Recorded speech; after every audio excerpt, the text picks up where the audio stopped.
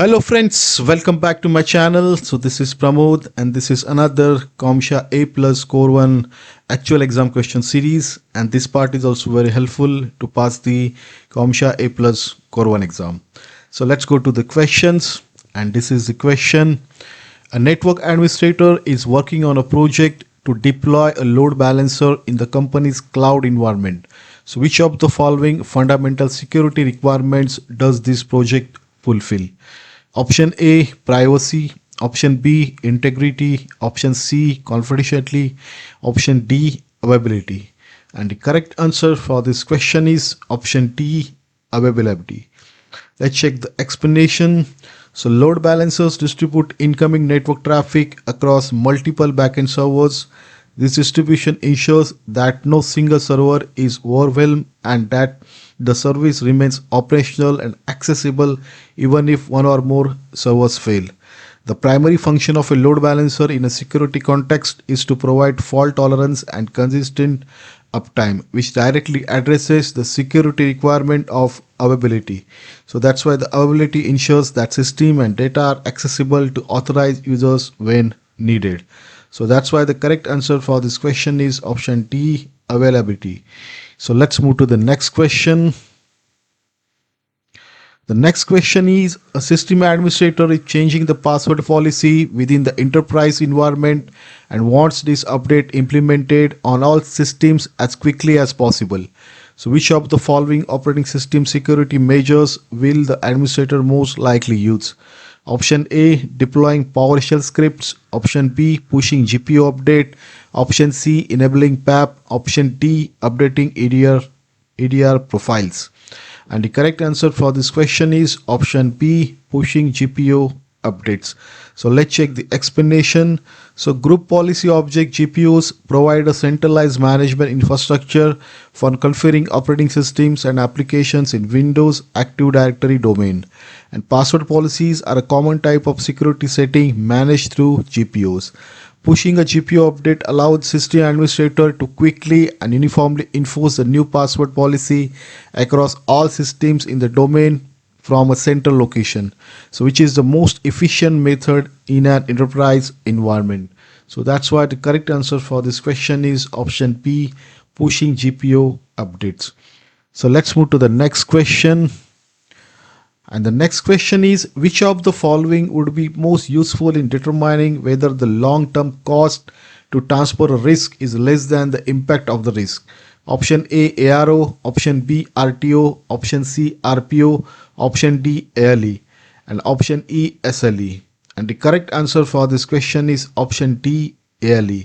The annualized loss expectancy ALE is the most useful metric for determining whether the long-term cost to transfer a risk, example through insurance, is less than the financial impact of the risk.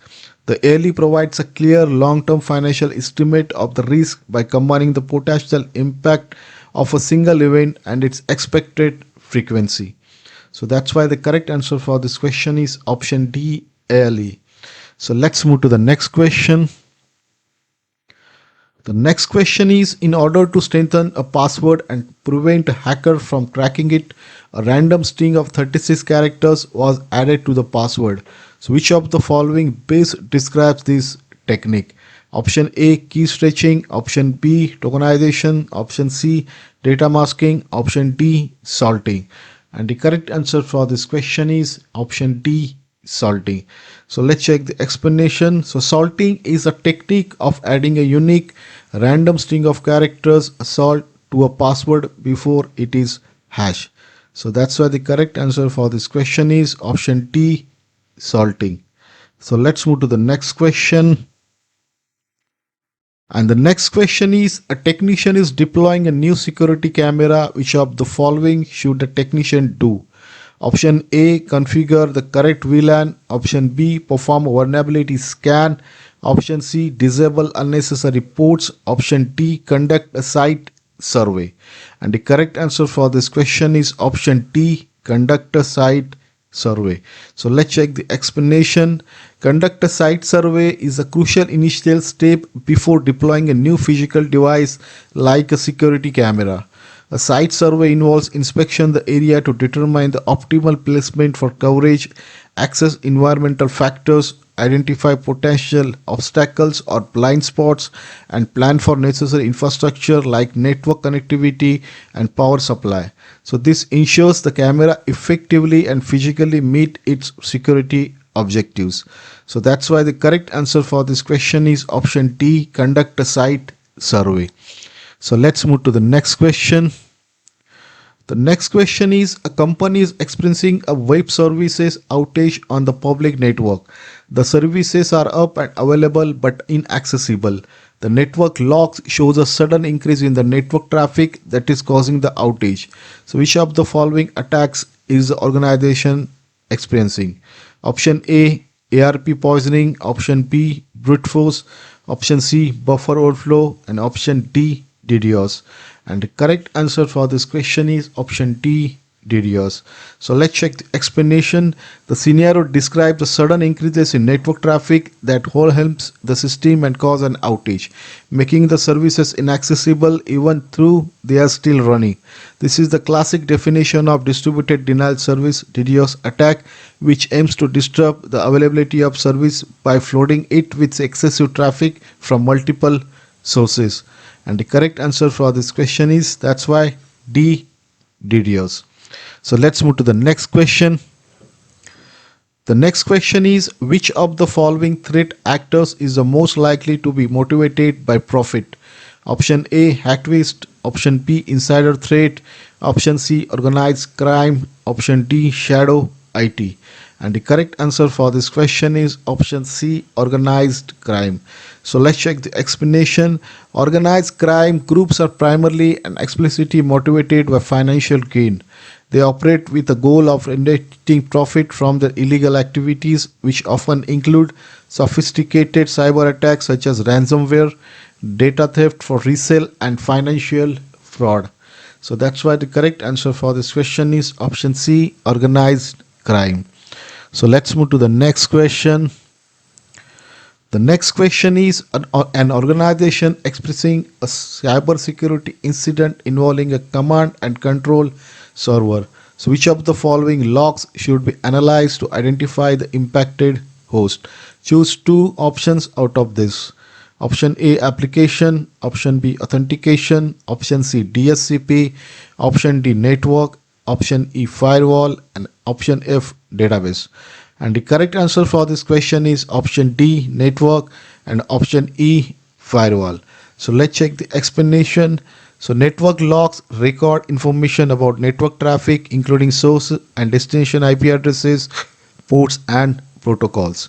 This information is crucial for identifying the internal host IP address that is communicating with the external C2 server's IP address or domain. And firewall logs detail allowed and blocked traffic, showing connections to and from the C2 server. By analyzing these, analyzed can pinpoint the internal IP that initiate the malicious connection and determine if the firewall successfully blocked any malicious activity or if communication was allowed. So that's why the correct answer for this question is option D, network, and option E, firewall. So let's move to the next question. The next question is, during a penetration test, a vendor attempts to enter an unauthorized area using an access badge. So which of the following types of tests does this represent? Option A, defensive, option B, passive, option C, offensive, option D, physical. And the correct answer for this question is option D, physical. So let's check the explanation. The scenario describes an action that directly interacts with the real world environment and its access controls, such as using an access badge to enter a restricted location. This is characteristics of a physical security test which inviolates controls like locks, badges, guards, and barriers by attempting to bypass them. The objective is to identify vulnerabilities in the tangible security measures of an organization's facilities. So that's why the correct answer for this question is option D, physical. So let's move to the next question. And the next question is, which of the following factors are the most important to address when formulating a training curriculum plan for a security awareness program? So choose two options out of this. Option A, channels by which the organization communicates with customers. Option B, the reporting mechanism for ethics violations. Option C, threat vectors based on the industry in which the organization operates. Option D, secure software development training for all personnel. Option E, cadence and durations of training events.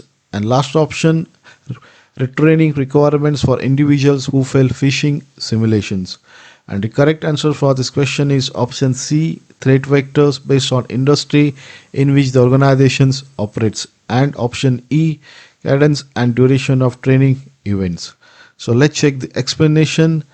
A security awareness program must be relevant to the specific threats an organization faces.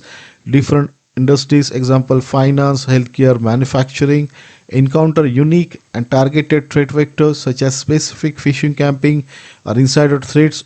Tailoring the training contents of the specific real world risks ensures the information is practical and effective for employees in their daily roles. And the schedule and length of the training sessions are critical for knowledge retention and overall program effectiveness. Infrequent or excessively long training sessions are likely to be effective, and appropriate regular cadence with the manageable durations helps keep security principles and awareness top of mind for employees.